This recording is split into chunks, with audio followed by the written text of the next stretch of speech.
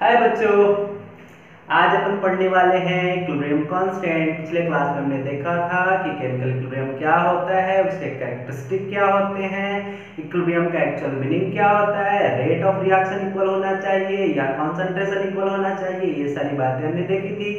आज के क्लास में अपन देखेंगे कि इक्विलिब्रियम कांस्टेंट क्या होता है, उसका कैलकुलेशन कैसे करते हैं, उसका एक्सप्रेशन कैसे अपन लिखते हैं, कितने टर्म्स में लिख सकते हैं, कॉन्सेंट्रेशन के टर्म्स में लिखते हैं, प्रेशर के टर्म्स में लिखते हैं, मोल फ्रैक्शन के भी टर्म्स में लिख सकते हैं।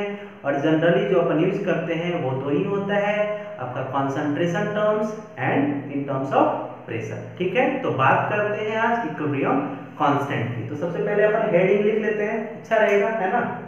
देखिए, इक्विलिब्रियम कांस्टेंट। चलिए देखिए, इक्विलिब्रियम कांस्टेंट को समझने से पहले अपने को छोटा सा लॉ समझना होगा। उस लॉ का नाम है लॉ ऑफ मास एक्शन। तो देखिए, देखते हैं लॉ ऑफ मास एक्शन क्या कहता है।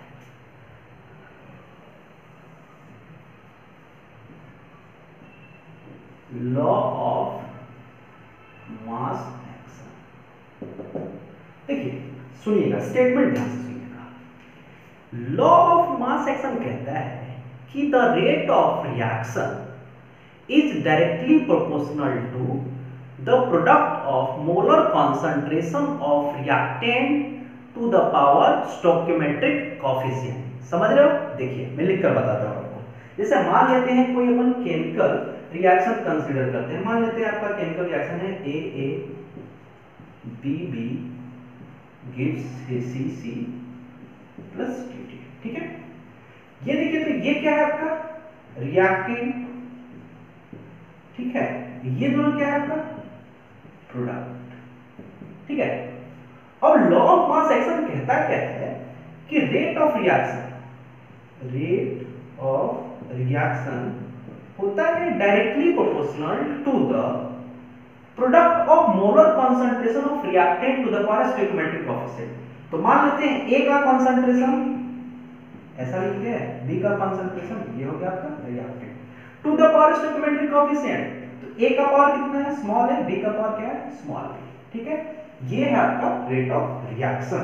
ठीक है, according to law of mass action. अब देखिए, अब तो भैया कोई भी अपन ऐसी बात करते हैं, लॉ की बात करते हैं, और जहां पे प्रोपोर्शनल इनवर्सली प्रोपोर्शनल आता है तो वहां पे तो अपना जन्मसिद्ध अधिकार है क्या, प्रोपोर्शनलिटी की साइन हटाते हैं, इक्वल टू का साइन लाते हैं और एक कांस्टेंट एंटर लेता है। तो यहाँ पर भी वही कांड अपन करने वाले हैं। देखिए, अब लिखेंगे rate of reaction is equal to, अब यहाँ पे एक कांस्टेंट एंटर लेगा, उसको लिख देते हैं अपन k a to the power a b to the power b। ये हो गया आपका रेट ऑफ रिएक्शन का एक्सप्रेशन। ठीक है, समझ रहे हो? अब देखिए, ये जो हो गया रेट ऑफ रिएक्शन का expression according to law of mass action, इसका अपन एप्लीकेशन करेंगे इक्विलिब्रियम के केमिकल इक्वेशन में। ठीक है, तो देखिए, अब अपन कंसीडर करते हैं same reaction in case of equilibrium, जब केमिकल इक्विलिब्रियम एस्टैब्लिश है।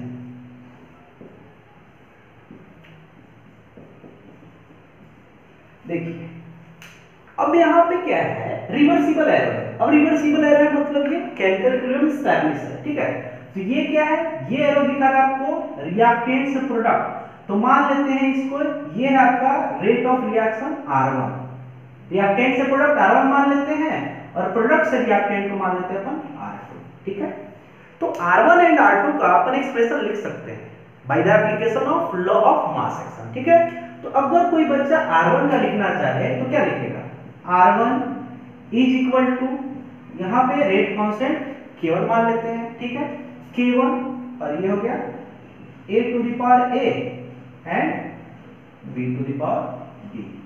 ठीक उसी प्रकार अपन R2 भी लिख सकते हैं। तो देखिए, R2 is equal to K2।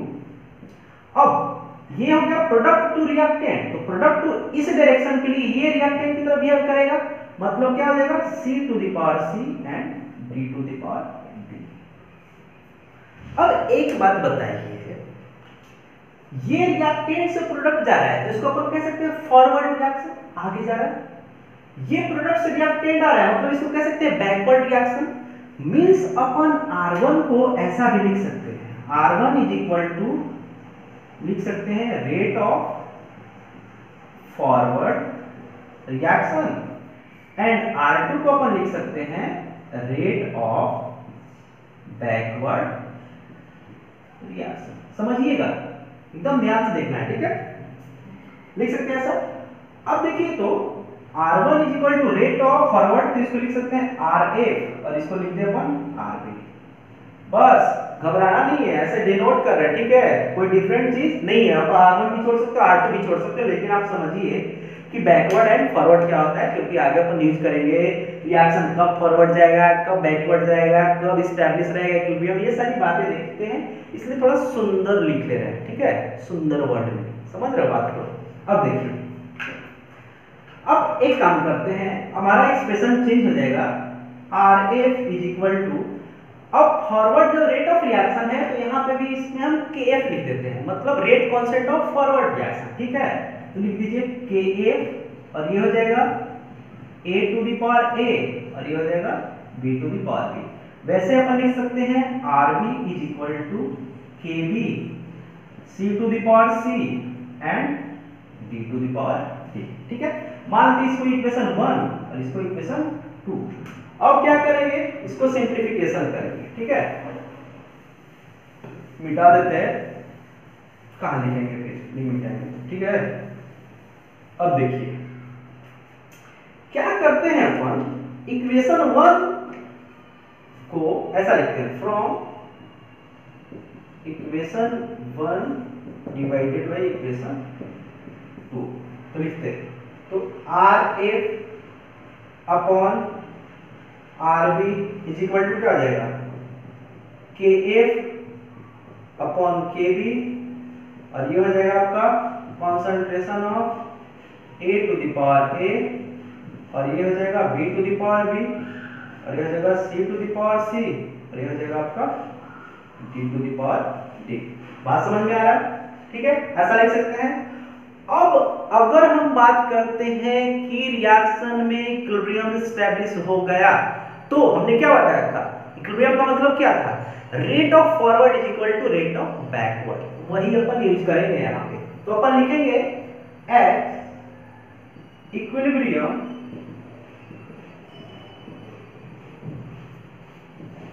Rate of forward reaction equal to rate of backward reaction होगा। मींस वी कैन से कि RF is equal to RB। तो RF और RB इक्वल हो जाएगा भैया, तो क्या हो जाएगा 1 आ जाएगा। Means we can write 1 is equal to KF by KB A to the power A B to the power B C to the power C and D to the power D। समझ रहे हो यहां तक। अब देखिए मिटाते हैं, इधर लिखना है तो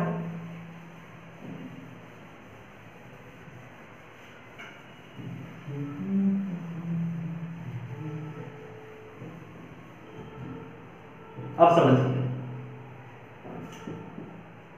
KF upon KB is equal to लिखते हैं KF अपॉन KB, तो क्या हो जाएगा, क्रॉस मल्टीप्लिकेशन करेंगे तो ये चला जाएगा ऊपर और ये आ जाएगा नीचे।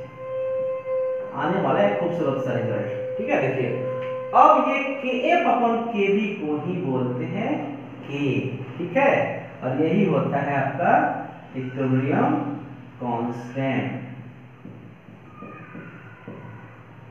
और ये लिख रहे हैं इन टर्म्स ऑफ कॉन्सेंट्रेशन, इसलिए यहां पे इस लटका देते हैं CKC। समझे बात को, ये हो गया आपका KC का एक्सप्रेशन, मतलब equilibrium constant in terms of concentration. देख लीजिए एक बार, समझिए बात को। कुछ नहीं किया, अपन law of mass action apply किए हैं और law of mass action apply किए और देखे केएफ लिखे केवी लिखे और अपने को पता है कि eight equilibrium rate of forward और रेट ऑफ बैकवर्ड रिएक्शन क्या होता है, इक्वल होता है। तो इक्वल हो जाएगा, एक्सक्यूज मी, इक्वल कर दिए, यहाँ से ये रिलेशन आ जाएगा, यहाँ से देखिए कितना खूबसूरत रिलेशन आ गया कि नहीं आ गया। अब 2 एग्जांपल देखते हैं इस पे, ठीक है, लिखा है इधर।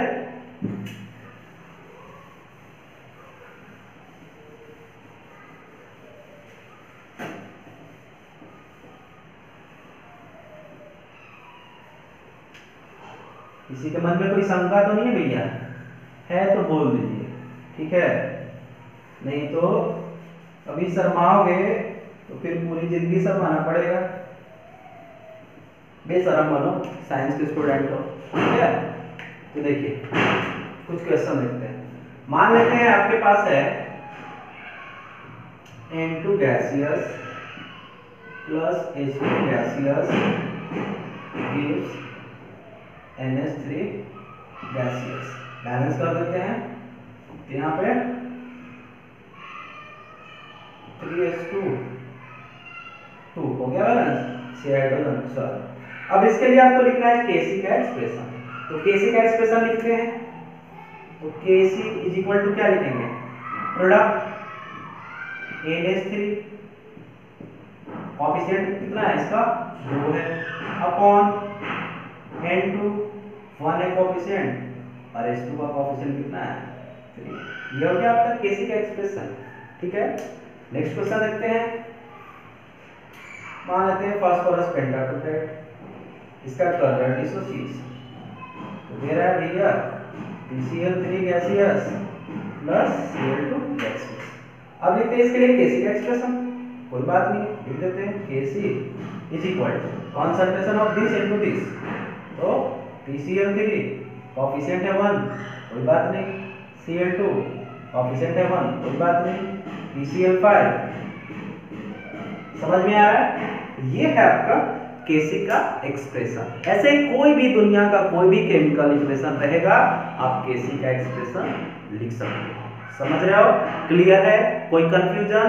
अगर कोई कंफ्यूजन है बता दे, ठीक है भैया। चलो आगे बढ़ते हैं, एक दो और एग्जांपल देखते हैं।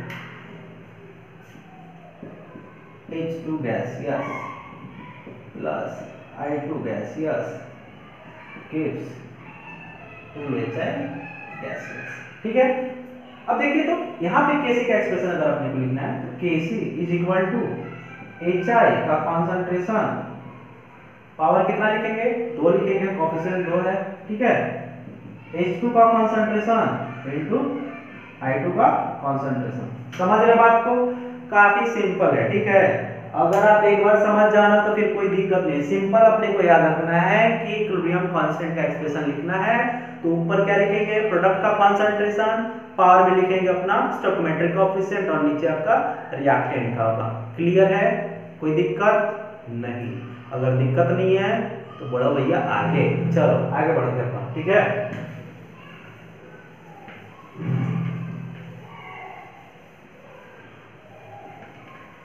अब अपन इक्विलिब्रियम कांस्टेंट की बात करेंगे इन टर्म्स ऑफ प्रेशर, ठीक है, और वहां से खूबसूरत अपन रिलेशन भी डिराइव करेंगे Kp एंड Kc, और उससे Zw खूब क्वेश्चन पूछता है, नेट भी क्वेश्चन पूछता है, Zw भी क्वेश्चन पूछेगा।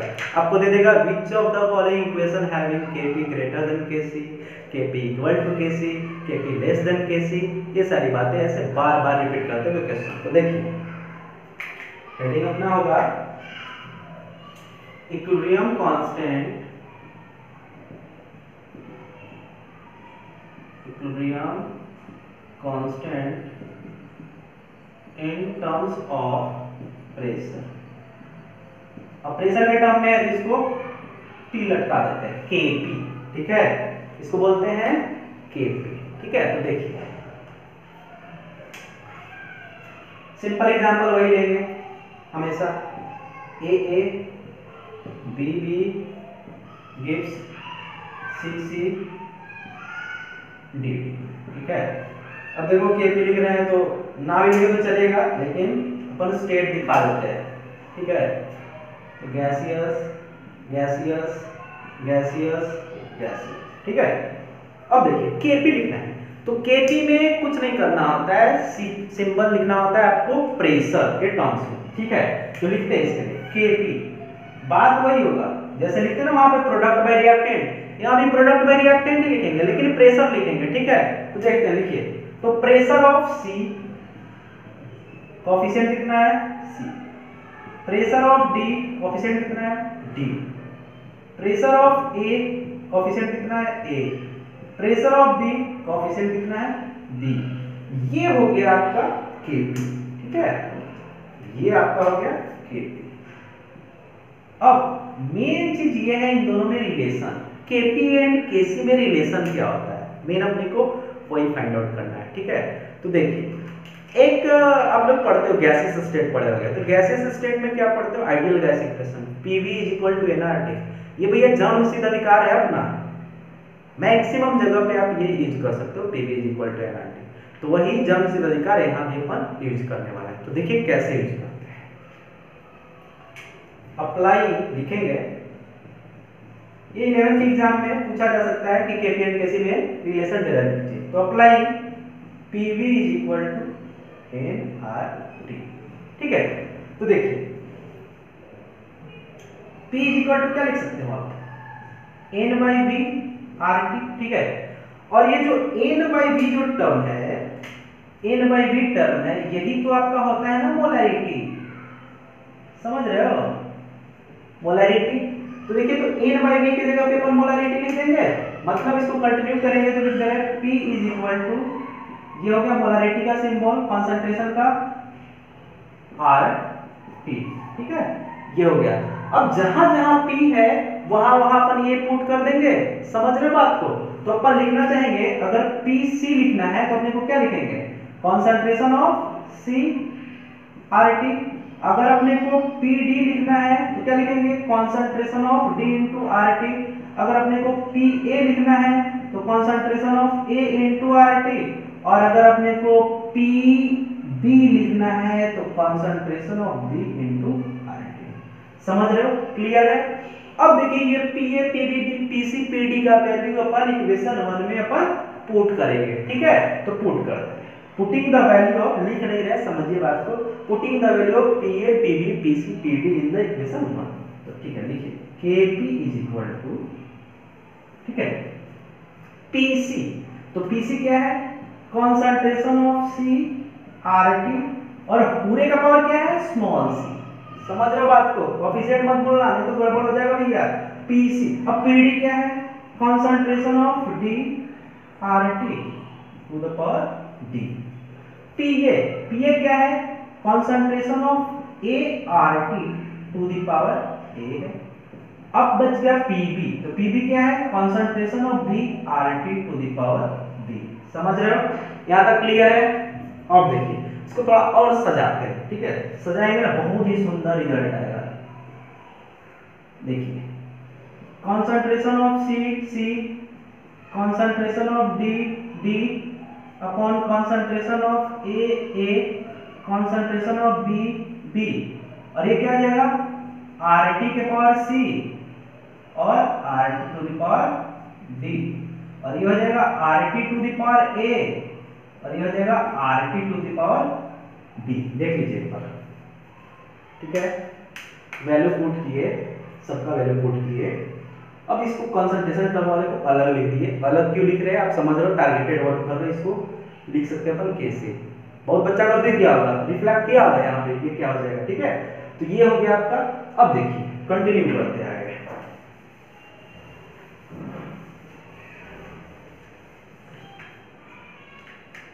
अब देखिए कंटिन्यू करते हैं। Kp इज इक्वल टू, एक बार फिर से लिख देते हैं, C D A B RT to the power. अब देखिए बेस सेम है तो पावर क्या हो जाता है, ऐड हो जाता है, तो C प्लस D लिखते हैं, नीचे क्या आ जाएगा RT to the power A plus B, ठीक है। अब देखिए तो अपन कितना टर्म को अपन क्या लिख सकते हैं, कैसे लिख सकते हैं, लिख सकते हैं, बिल्कुल लिख सकते हैं, इसको अपन कैसे लिख सकते हैं, तो लिख दीजिए, आप लिखोगे इसको KC। और देखिए ये बेस सेम है लेकिन डिवीजन में तो पार कर देता है, सब्सट्रैक्ट हो जाता है, तो लिख सकते हैं RT to the power C plus D minus A plus B, ठीक है। और ये जो KC RT और ये जो टर्म है, इतने टर्म को अपन लिखते हैं डेल्टा Ng, और डेल्टा Ng क्या होता है, प्रोडक्ट का गैसियस मॉलिक्यूल्स माइनस रिएक्टेंट का गैसियस मॉलिक्यूल, ठीक है। तो देखिए KCRT to the power delta Ng, और ये हो गया आपका Kp एंड Kc में खूबसूरत सा रिलेशन। बात समझ में आया, क्लियर है। देख लीजिए एक बार फिर से, Kp का हमने एक्सप्रेशन लिखा, प्रेशर को हमने रिप्लेस किया तो ये आया, बहुत बड़ा दिख रहा होगा देखने में, लेकिन फिर बहुत ही छोटा हो गया क्योंकि इतने टर्म को अपन Kc कह सकते हैं। ये बेस सेम है डिवीजन में, सिंपल मैथमेटिक्स है, पावर सब्सट्रैक्ट हो जाता है, हमने सब्सट्रैक्ट किया, उसको हमने दे दिया नाम डेल्टा Ng। और डेल्टा Ng क्या है आपको समझना पड़ेगा, डेल्टा Ng है number of gaseous moles of product minus reactant, ठीक है। ये है आपका डेल्टा Ng, ठीक है। अब यहां तक हो गया, क्लियर है। अब एक दो एग्जांपल है, ठीक है, बेटा इधर बेटा,